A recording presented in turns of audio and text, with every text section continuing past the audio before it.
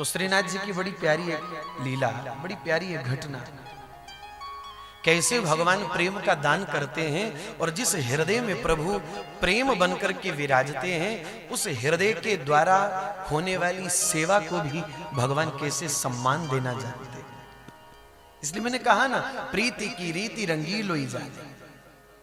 प्रेम देने वाले भी प्रभु हैं और प्रेम का मान रखने वाले भी प्रभु हैं। संसार में कोई प्रेम दे नहीं सकता। संसार में एक दूसरे के प्रति परस्पर आसक्ति तो हो सकती है, लगाव तो हो सकता है भैया, बहुत गहरा अंतर है। लव एंड अटैचमेंट, बहुत गहरा अंतर है। संसार में लगाव तो हो सकता है, प्रेम नहीं हो सकता।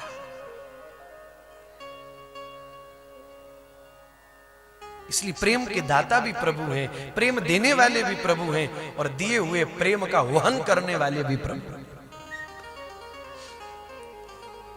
तो श्रीनाथ जी में ये नाथ द्वारा की घटना लीला, एक ब्राह्मण, अकिंचन ब्राह्मण, वो रोज ठाकुर जी का दर्शन करने के लिए जाता है। ठाकुर जी से बहुत प्रेम, हृदय से प्रेम। बहुत पुरानी घटना नहीं है, अभी कुछ समय पहले की घटना है, बहुत पुरानी नहीं,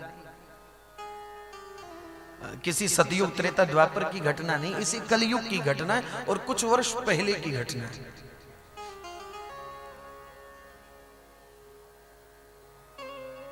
तो वो रोज ठाकुर जी की सेवा के लिए जाता, ठाकुर जी के दर्शन के लिए जाता।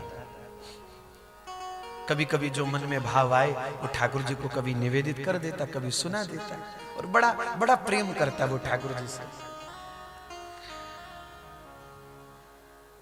एक बार अपने घर से निकला मंदिर की ओर प्रभु का दर्शन करने के लिए, तो रास्ते में एक फूल वाली दुकान पर एक बड़ा सुंदर खिला हुआ कमल का फूल उसने देखा।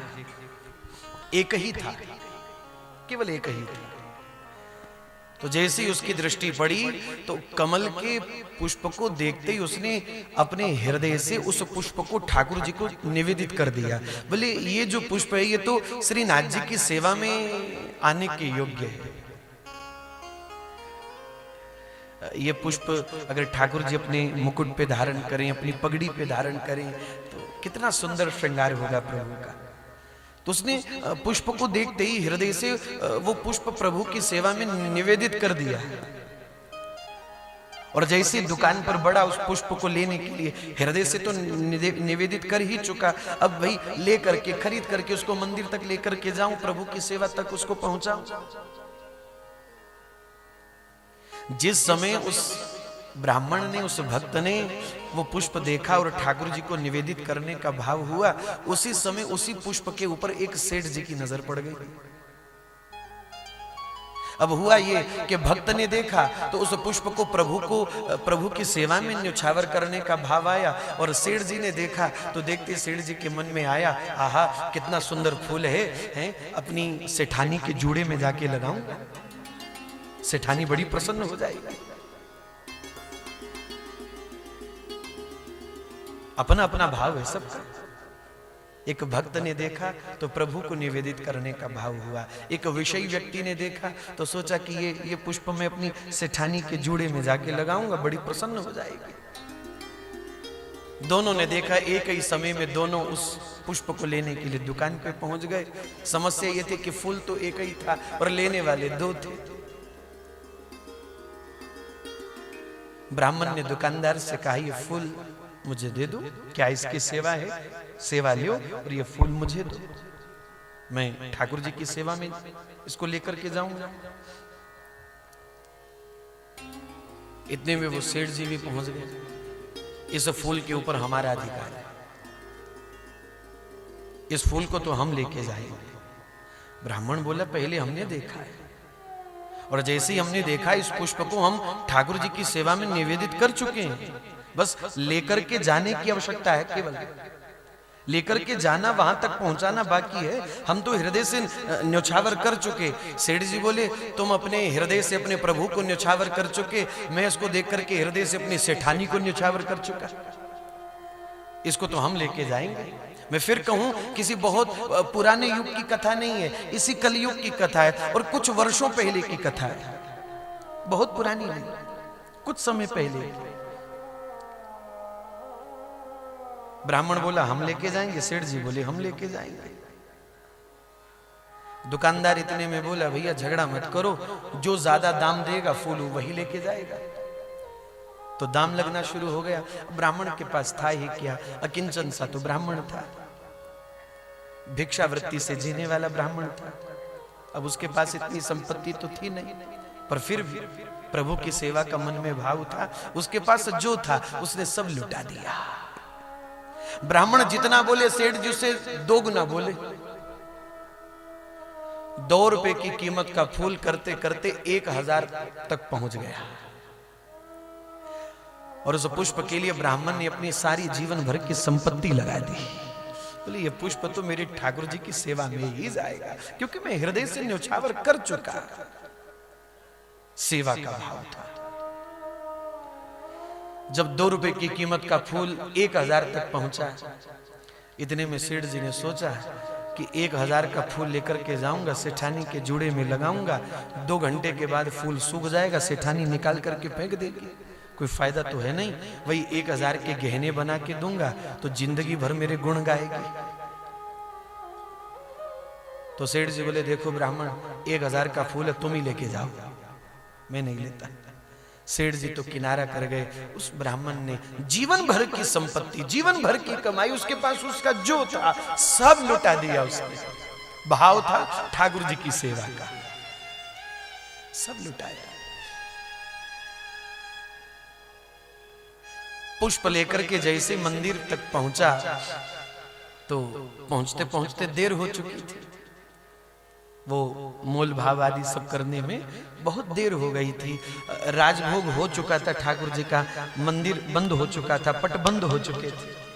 और पट बंद करके मंदिर के गोसाई जी ठाकुर जी को विश्राम करवा करके मंदिर से बाहर आ रहे थे। इतने में वो ब्राह्मण पहुंच गया। गोसाई जी प्रभु का दर्शन करना है। गोसाई जी बोले अरे आज तो तुम बहुत देर से आए हो, ठाकुर जी का तो राजभोग हो गया, पट बंद हो गए, ठाकुर जी तो विश्राम में चले गए, अब तो संध्या में मंदिर खुलेगा तब आना। आंखों में आंसू आ गए। संसारी जीव से बहस करने का परिणाम आज प्रभु का दर्शन तक नहीं हो पाया। आंखों में आंसू आ गए, आज प्रभु का मैं दर्शन भी नहीं कर पाया। वो कमल का फूल जो हाथ में पकड़ा था वो गोसाई जी को दिया, कहा जय जय, अब पता नहीं कि संध्या होने तक ये ऐसा ही रहेगा कि मुरझा जाएगा, मैं आपको निवेदन दे रहा हूं।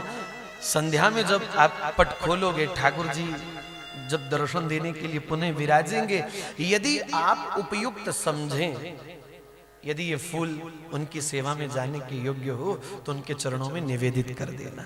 और रोते रोते ब्राह्मण वापस चला गया। गोसाई जी ने भी वो फूल वहां रख दिया ठाकुर जी के मंदिर के बाहर। अब संध्या के समय में गोसाई जी फिर लौट करके जब मंदिर में आए, मंदिर खुलने का समय हुआ तो देखा वो फूल ज्यों का त्यों महक रहा है, ज्यों का त्यों खिला हुआ है। प्रभु की लीला ही थी, वरना इतने समय तक वहां कहां खिला हुआ रह सकता था। तो वो ज्यों का त्यों खिला हुआ है, ज्यों का त्यों वो महक रहा है, सुभाषित। गोसाई जी बड़े प्रसन्न हुए कि भाई एक भक्त का भाव है इसमें, और भाव तो हमेशा खिलता रहता है, महकता रहता है। गोसाई जी ने पट खोला, पुष्प लेकर के ठाकुर जी के सामने उपस्थित हुए। कहा सरकार, ये आपके भक्त की भेंट है। हाँ, और मैं आपको आपके चरणों में इसको निवेदित कर रहा हूं। गोसाई जी ने जैसे ही उस पुष्प को ठाकुर जी के चरणों में निवेदित करना चाहा, ठाकुर श्रीनाथ जी ने अपना मुकुट झुका दिया। ठाकुर जी ने मुकुट नीचे कर दिया, ठाकुर जी ने सर झुका दिया। ठाकुर जी ने गोसाई जी से कहा जय जय, ये पुष्प मेरे चरणों में आने के योग्य नहीं, मेरे सर के ऊपर रखे गए मुकुट में सजने के योग्य है। ठाकुर जी ने सर झुका दिया। और वो पुष्प ठाकुर जी की मुकुट में धारण हुआ है। प्रेम देने वाले भी प्रभु हैं, प्रेम के दाता भी प्रभु हैं, और दिए हुए प्रेम का निर्वहन करने वाले, उसका वहन करने वाले भी हमारे प्रभु हैं, उसका मान रखने वाले भी प्रभु हैं।